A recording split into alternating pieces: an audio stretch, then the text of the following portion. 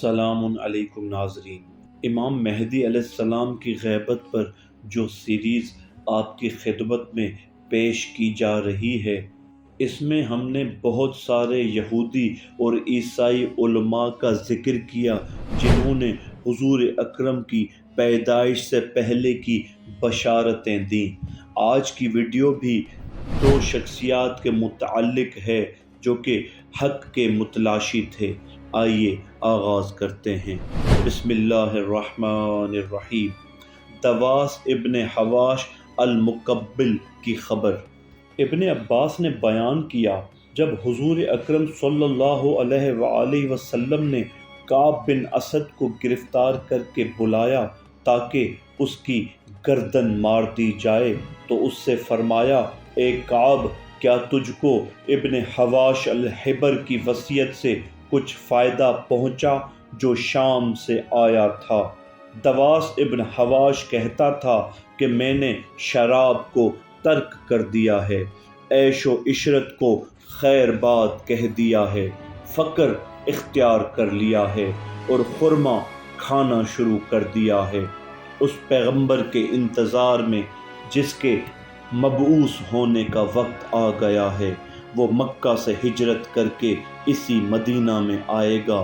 خشک روٹی اور خرما اس کی غذا ہوگی، برہنہ خچر پر سوار ہوگا، اس کی آنکھوں میں سرخی ہوگی، اس کے دونوں شانوں کے درمیان مہر نبوت ہوگی، اپنی تلوار کاندھے پر رکھے گا اور کسی دشمن کی پرواہ نہیں کرے گا۔ اس کی حکومت ہر اس مقام تک ہوگی جہاں تک گھوڑوں کے پیر پہنچ سکیں گے۔ تو کعب نے کہا، اے محمد صلی اللہ علیہ وآلہ وسلم، ایسا ہی ہے۔ اگر یہودی یہ نہ کہتے کہ موت کے خوف سے ایمان لے آیا ہے تو میں ضرور ایمان لے آتا، لیکن یہودیوں کے دین پر اب تک زندہ رہا ہوں اور اسی پر مرتا ہوں۔ بس حضور اکرم صلی اللہ علیہ وآلہ وسلم نے حکم دیا اور اس کی گردن اڑا دی گئی۔ ناظرین کرام، زید بن عمرو بن نفیل بھی دین حنیف کے متلاشی تھے اور حضور اکرم کی نبوت کے بارے میں علم رکھتے تھے۔ زید بن عمرو بن نفیل مکہ سے دین حنیف کی تلاش میں نکلے۔ ان کی زوجہ صفیت بنت حضری کو جب ان کے ارادے کا علم ہوا تو ان کے چچا خطاب بن نفیل کو خبر دی تاکہ وہ ان کو روکیں، مگر زید دین ابراہیم کے اہل کتاب کی طلب اور جستجو میں شام جانے کے لیے نکل کھڑے ہوئے اور موصل وغیرہ عرب کے جزیروں کی جانب سے ہوتے ہوئے شام پہنچے۔ جس جگہ کسی عالم اور راہب کے ہونے کی اطلاع ملتی اس کے پاس جاتے، یہاں تک کہ بلقا میں ایک راہب کی خبر ملی کہ نصرانیت کا مکمل علم اس کو حاصل ہے اور سب سے بڑا عالم ہے۔ وہ اس کے پاس گئے اور دین حنیف کے بارے میں دریافت کیا۔ اس نے کہا، اس وقت تو بظاہر کوئی ایسا نہیں ہے جس کو اس دین کا صحیح علم ہو، کیونکہ وہ دین بہت پرانا ہے، لیکن عنقریب اسی شہر میں ایک نبی مبعوث ہونے کا وقت آ گیا ہے کہ وہ ظاہر ہو چکا ہے۔ یہ سن کر وہ تیزی سے واپس روانہ ہوئے، لیکن راستے میں قتل کر دیے گئے۔ ورقہ بن نوفل نے، جو انہی کے طریقے پر تھے، جب ان کے مارے جانے کی خبر سنی تو بہت روئے اور ان کا مرثیہ کہا، اے عمرو، تو ہدایت پا چکا ہے، نعمت سے سرفراز ہو چکا ہے، بھڑکتی ہوئی آگ سے تو نے اپنے آپ کو بچا لیا ہے۔ ایسے پروردگار کو اپنے لیے منتخب کر جس کی مثال نہیں، اور چھوڑ سرکش بتوں کو ان کے حال پر۔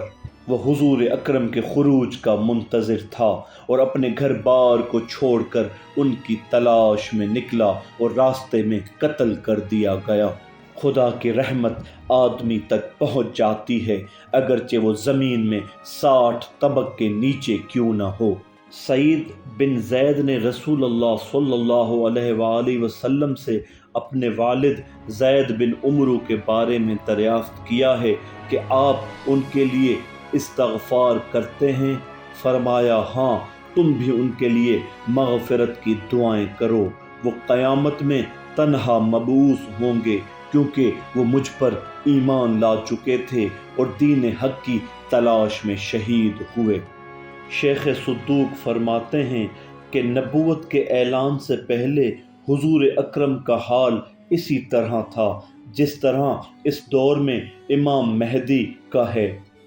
اس وقت بھی حضور اکرم کی نبوت کے متعلق صرف راہبوں اور عالموں کو علم تھا اور اسلام عالم غربت میں تھا۔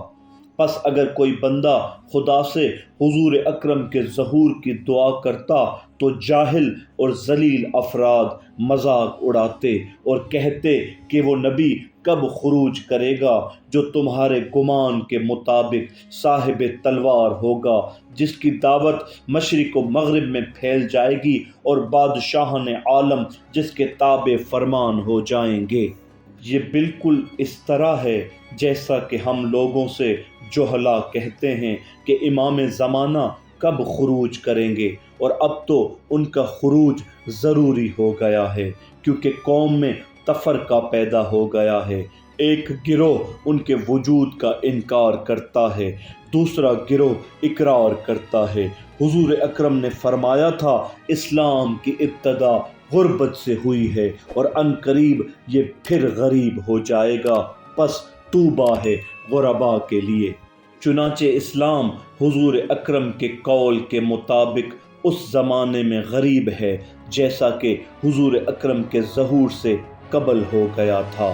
جو امام کے منتظر اور آپ کی غیبت کے قائل ہیں ان کی آنکھوں کو ولی اللہ اور خدا کی حجت کے ظہور سے ٹھنڈک نصیب ہوگی، جیسا کہ حضور اکرم کے مبعوث ہونے پر ان کے ماننے والوں کو قلبی راحت ملی۔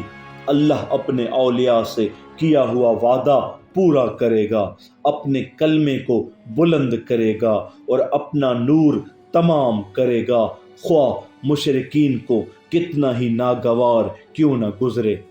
اللہ تعالیٰ سے دعا ہے کہ اللہ تعالیٰ جلد امام زمانہ کے ظہور کو آسان فرمائے۔